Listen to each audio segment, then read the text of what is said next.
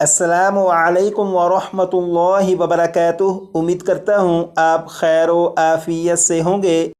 आसान और मुख्तसर तजवीदुल कुरान कोर्स की अल्हम्दुलिल्लाह ये क्लास नंबर 10 है और क्लास नंबर 9 में नून साकिन और तनवीन के 4 कायदों में से एक कायदा पढ़ा था और आज क्लास नंबर 10 में नून साकिन और तनवीन के 4 कायदों में से एक नया कायदा पढ़ेंगे।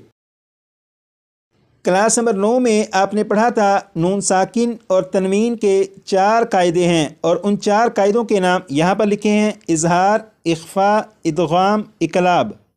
इन 4 कायदों में से ये जो कायदा है इजहार के बारे में क्लास नंबर 9 में आपने पढ़ा था और आज क्लास नंबर 10 में इख्फा के बारे में पढ़ेंगे कि इख्फा किसे कहते हैं। ये जो सबक है ये सबक इख्फा का सबक है और आज की क्लास में इस सबक को पढ़ेंगे, समझेंगे और याद करेंगे। यहाँ पर देखें लिखा है इख्फा इख्फा इख्फा, 6 मरतबा पढ़ेगा।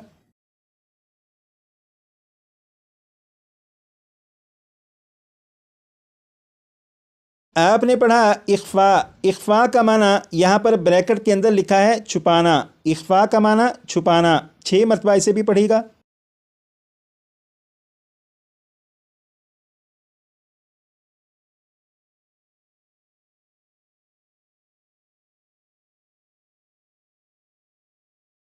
आपने पढ़ा इख्फा। इख्फा का माना है छुपाना और सवाल यहाँ पर यह है कि छुपाने से क्या मुराद है। तो इसका जवाब यह है कि नून साकिन और तनवीन की आवाज़ को नाक में इस तरह छुपाना कि गुन्ना हो।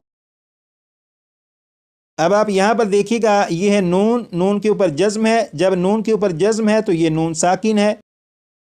यहाँ पर लाम और लाम के नीचे 2 ज़ेर यानी यहाँ पर तनवीन है और आपने पढ़ा था 2 ज़बर 2 ज़ेर 2 पेश को तनवीन कहते हैं।